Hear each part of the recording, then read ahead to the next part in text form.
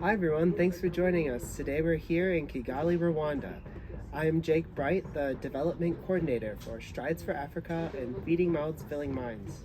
And I'm Missy, the Partnership Coordinator for FMFM and Strides for Africa. Over the course of the last week or so, we've been in the Kianza and Kigali area to be able to meet with over a dozen of our partners to understand what's going on in the area. On the first day of our visit, we were able to drive to meet Father Noel at the Bumbogo Secondary School, which Strides for Africa and Feeding Mouths and Filling Minds has previously done work before.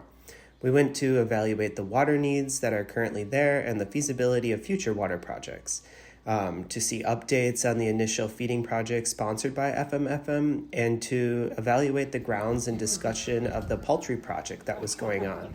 It was really interesting because once you go in, you're able to see the schools to the left, right, and center. And then once you go through this narrow pathway, the whole backside of the mountain was just covered in feeding and livestock projects. It was really, really interesting.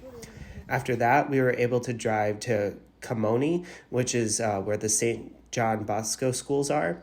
There was a possible nutrition access program that may be there in the future that FMFM may be able to sponsor. And the primary schools and secondary schools are both funded 50-50 by Strides for Africa and FMFM, as we understand now.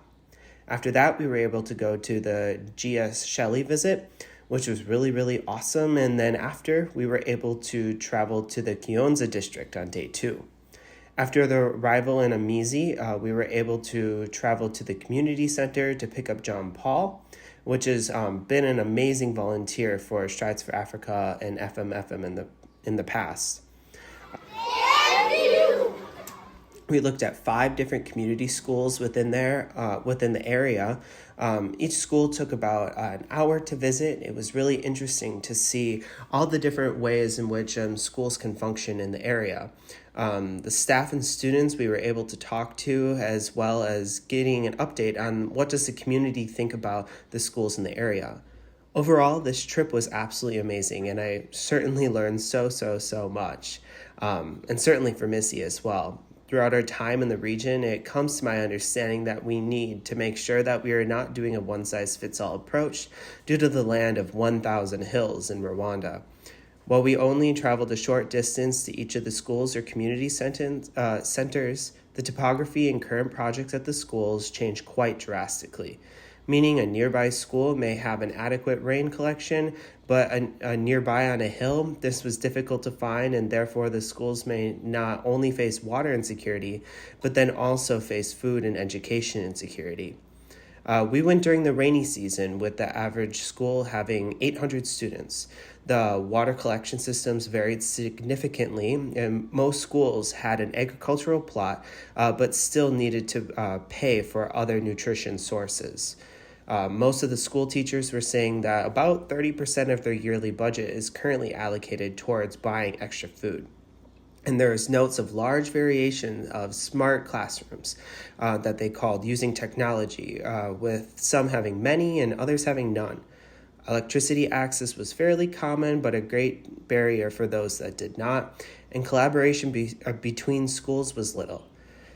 Students are incredibly willing and able to participate in the idea of new projects or programs, but once implemented, there will be apprehension at first, we found. We saw this a lot with the water access projects, as a lot of students didn't have access to previously filtered water, so the taste was kind of off for them. We noted that purified water stations either must be watched closely by an adult, or the systems might be traded out for piping that is less prone to breaking off, as it is expensive to replace and services very low in most of the areas that we visited. Further analysis of current gallons used per day and the amount of student use per day for the water systems should be conducted, we noted, as we only saw a few students using the systems throughout our visit and locked behind a gate in most circumstances. Overall, it must be noted that some of the ideas that we come up with may have already been implemented in other schools, but these are just working ideas, and this is just what Missy and I found. Overall, Rwanda was an excellent experience, and we're very grateful that Strides for Africa and FMFM was able to take the time and effort to be able to send Missy and I out into the field to see what's going on with our partners.